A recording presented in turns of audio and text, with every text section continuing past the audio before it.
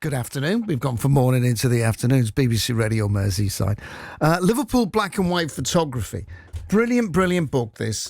I have it here. I know it's the radio, but look, Phil Maxwell, Volume 1, which obviously suggests there's more. And these are picked. I love this. I just love the smell of a new book. And this is great. Let me just describe this. This is just one of Phil's pictures. This is a picture in Picton in the 1970s. And it's 4 little kids playing in a terrace street. The grid's blocked. It's been raining. So, of course, the road is flooded. There's bricks and sticks and all kinds in the big puddle. These kids are paddling in it. These kids are playing in it, boosting their immune system, as I said before. And it's just a little snapshot in time.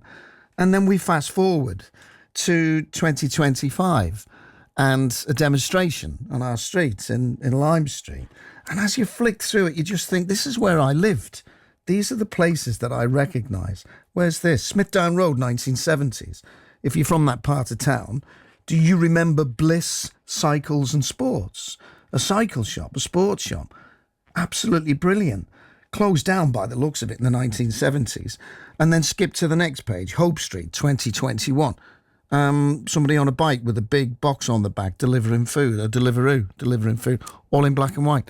So these pictures stem from 1972 to present day as well. Where's this? Princess Road, 1970s. Kid playing with a ball. What looks like he's drinking a big bottle of lemonade and throwing a ball up in the air as well. But absolutely brilliant. It goes through the COVID times, people with masks on and stuff. So we're going to be talking to Phil Maxwell. Phil's on his way in, and it'd be lovely to speak to him again. Just those little snapshots in time. Every picture tells a story, as they say. So we will talk about that. Let me tell you about this, because this book was handed to me a few days ago. It's wonderful. We're lucky where we live, our landscape, our skyline, even the little hidden corners of our community right across Merseyside. There are spots here that are simply beautiful. Even some dilapidated spots can look beautiful. And I'll explain what I mean in a second.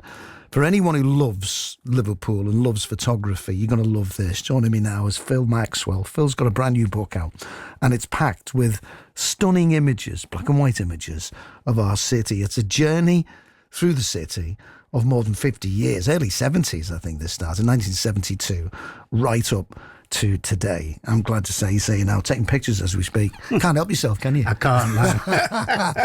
Lovely to see you again. Great to be here again. Thanks. You're welcome. It wasn't January gone, it was the January before, and I think you held a small exhibition. Yeah. In your house? That's right. That's right, yeah. Did that work out well? It did, yeah. Got lots of people coming and made a few new friends, and surprisingly, a couple of people were actually in the photographs that I was showing. So It's always good to meet people who you photographed when they were young, 50 years ago, and just give them a print of how they looked 50 years ago. What's the reaction like when that happened? Well, there was one, in fact, the first portrait in the book is a lad with the cathedral, the Anglican cathedral behind him.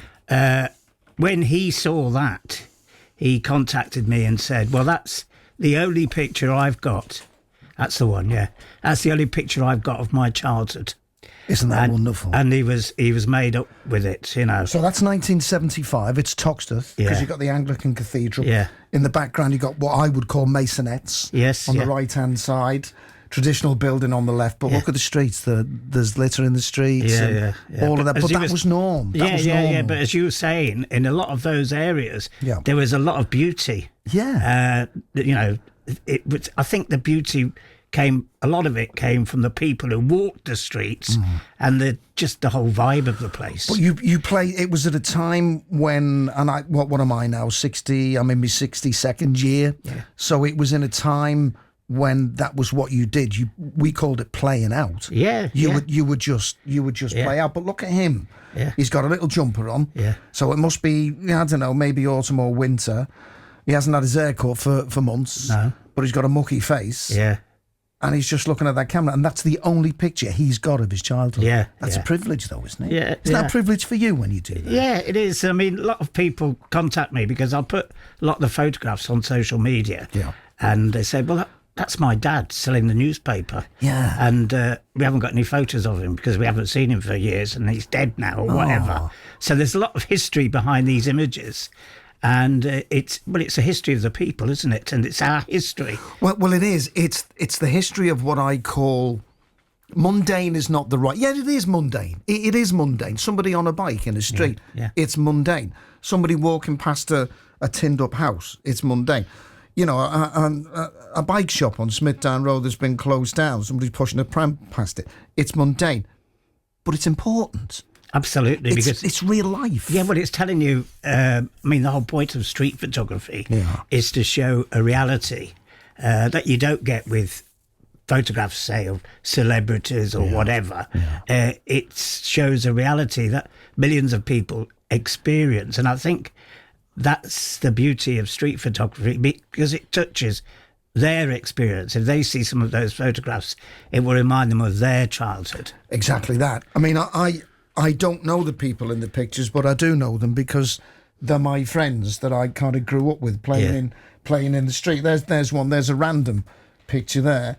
Waiting for the Pope. Smithdown Road, 1982, outside Claybell Gas and Electric Cookers, Fridges and Fires.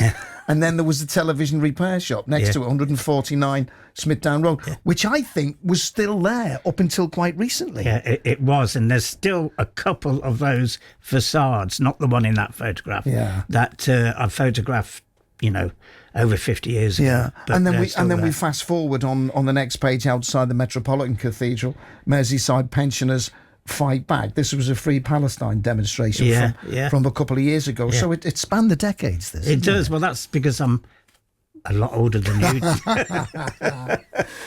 You know, when you start, where do you hail from originally? Well, originally I'm from Coventry, and I came to Liverpool when I was 18.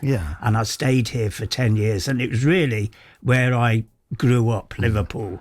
Went out clubbing, learned all about life. Although I went to what's now Hope University, my university of life started in Liverpool, and I've always been fascinated by the place. And I decided in my later years I'm going to come back to Liverpool because I've got a bit of family here, and I have no regrets about that at all, Tony. I'll tell you what, you wouldn't have any shortage of derelict ground and old bomb sites in Coventry, would you? That's right, because that's where we played. We would go out. Yeah. We never stayed in. We all went out. Well, there was something. If you only stayed ill if you were ill. Yeah. That's you lived outside. Yeah, you did. And was it the same for you? Yeah, because it was a great adventure, the great outdoors, and there were bomb sites, and we used to go all over the place, on our bikes, and I told my mum, right, I'm going out, and she wouldn't expect me back till 6 or 7. And when you were hungry. Yeah, exactly. You only went back for food, didn't you? You did. And it was a great adventure. And to a certain extent, I feel a bit sorry for younger people these days because they don't have that experience of going outside. I mean, because they're perhaps they're spending too much time, looking at their phones or whatever, and this kind of artificial life that they see, which is digital, and it'd be much better if they were to go out. But of course, parents, want to keep an eye on their children and all the rest of it. I understand all of that, but I suspect you and I had similar childhoods. Well, we did. I mean, I grew up in Anfield, Liverpool 4, and I was quite lucky because we had a great big garden. It was called Stanley Park. We lived in terraced houses, but we were on the doorstep was the park. But let's not kid ourselves. There were still terrible things that happened in the 60s and the 70s. Yeah. There were still dangerous people, of course, on the streets. Yeah. But there wasn't a 24-hour rolling news that would tell me how dangerous it was outside. Yeah. And I think if we had all of the information that we're privy to now, I don't think we'd go out, and I think that's a shame. And I can understand it's a fear. It's a fear of the outside world, I think.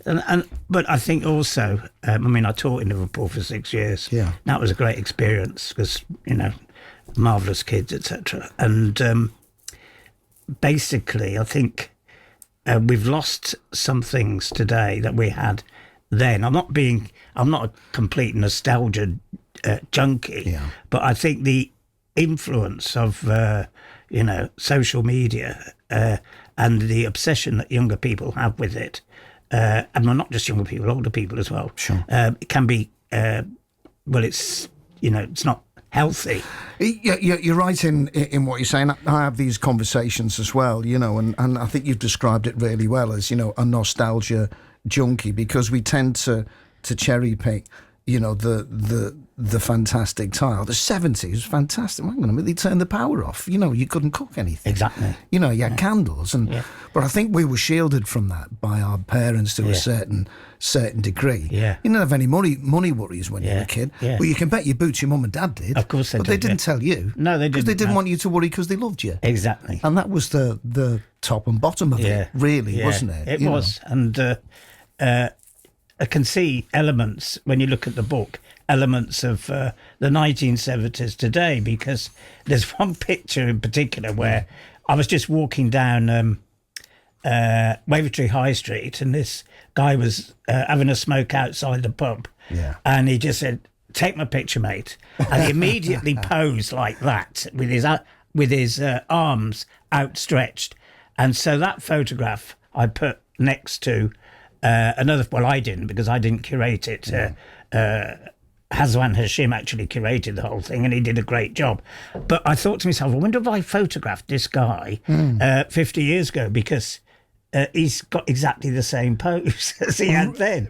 So you'd photographed him 50 years on? Well, I mean, the point is he got the same pose, but you do wonder sometimes. And of course, you wouldn't recognise a lot of the people now. Exactly. On my phone now, I think I've got, I don't know, probably 20,000 pictures. Some of them are in the cloud, some of them are on my phone. Yeah. I'll probably take 5 or 6 pictures of just nothingness today. But I've got 2 pictures of me dad. Only 2. Yeah. That's all I've got. Yeah. And I think we're spoiled today, and that, going back to the start of our conversation with that lovely little boy. Yeah. There he is there. Yeah. What would you say he was there? About 7, something like that? Yeah, I think so. And he said, that's the only picture of me as a child. Well, of course, I was walking through the streets with my big single lens reflex, as they were called, camera, and the kids would just say, "Take my picture, mate." You couldn't walk past them without, they would demand that you took their picture. So was it easier then? You know what I'm going to come to now. Yeah. It would be difficult for you to walk through a street and start taking pictures of kids. Yeah. They call the police. Yeah. Well, I wouldn't do it now. Yeah, well, that's the point, isn't it? But I do, if I do take pictures of kids, it's my nieces and nephews, or my friends' kids. And I think you've always got to be mindful as a street photographer of if you do publish any photographs, of not in any way undermining people. And you always try to illustrate people in a good light. And I'm just trying to capture their soul. There's an old saying in photography: if you take a picture of somebody in colour, you're photographing their clothes. But if you take a picture in black and white, you're photographing their soul. And I think there's a lot of truth in that. Well, before you came in, I mentioned this a couple of hours ago when we first started. I said, and I couldn't put my finger on it, I think you just nailed it. There's something about black and white. There's just something about it, whether it's the contrast. It's not the colours. There's only 2 colours, isn't it? But there is just something about seeing an image like that in black and white. That's why we have apps on the phone to say, let's turn it to sepia, let's turn it to black. Oh, that looks good in black and white. So there is. What do you think it is? Well, I think black and white is a great leveller. I've photographed all over the world, and we were talking earlier about kids playing out on the street. I mean, one of the, in a sense, the worst assignment I ever had was when I photographed some kids playing on a landfill site in Bangladesh. And this was the only life these children knew. And they were as young as 6 or 7. And they spent their whole day on this filthy, stinking landfill site trying to get a few bits and pieces for recycling. And an appalling kind of life that they had. But when because those pictures were taken in black and white, you can look at, they're like kids anywhere in the world. and there's an immediate identification with those children. But nevertheless, these children, they didn't look miserable. And I'm not saying it was great that they were there, they were playing and all the rest of it. It was shocking. But black and white is, as I say, a great leveller, and it's something which I think gets to the heart of humanity, really. Can you ever, Phil, go anywhere and just switch off, or are you always looking for an image? I'm not. That's an interesting question. I always take my camera with me, so you don't switch off. Well, the thing is, people who know me, my friends, etc., they know it's a bit of a cliche now. I've always got my camera with me, so if I'm in the pub, I will take pictures in the pub of them and all the rest of it. But because they know, they just know. Yeah, they just know I've got. They don't really object, and that's one of the reasons why some of the photos, seem quite natural, because my photos aren't staged. But having said that, I've taken a lot of photographs, paid work for, of politicians, etc. And, they were all stage managed. Well, they'll want to look at them and go, oh, that's a good light. Oh, that's about, don't want to have that one. Oh, I've got a double chin on that. Exactly. Which to me is like, it's false, isn't it? Yeah, it is. But it's false for a reason, because you're trying to sell an image, I suppose. Yeah. But the two blokes sitting in the pub with the flat caps on in Lodge Lane. I wonder what, I'm looking at that picture and thinking, what are they talking about? Yeah. Probably talking about what we talk about today. Well, exactly. Cost of living. I'm going to pay my gas bill. Football. Yeah. All those things. So in some... And they're universal themes. People talk about those things all around the world. Of course. Volume 1.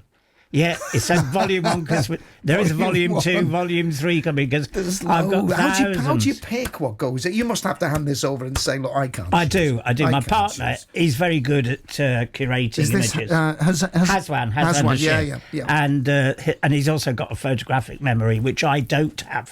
So I just hand it over to him, and he sorts it all out. And that is a real kind of... it takes a heavy burden off myself, because I've got thousands of photographs, and fortunately he can remember most of them. I can't even remember what day it is sometimes. Well, I think it's a Monday, only because it's on the screen in front of me, and I'm gonna open this randomly, and I've opened a random page, and it is 2005, and it is Paradise Street. Yeah. Now, Stock Must Go, closing down. Yeah. There's a reason why that was closing down, is probably because it was at the Paradise Project and the changing in Liverpool one, because we used to be in Paradise Street. Yeah, I think that's what it was. And we've been here 20 years now, so I'm guessing it's around about that time. Okay, I'm not blaming Radio Merseyside.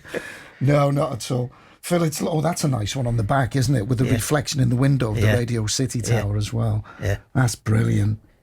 Wonderful. Listen, I'm going to shake your hand again. It's really lovely to see you. Yeah, it's great to see you as well. And thank you very much indeed for coming in. And you've signed this book to me as well, which did you remember? You don't remember doing that, do you?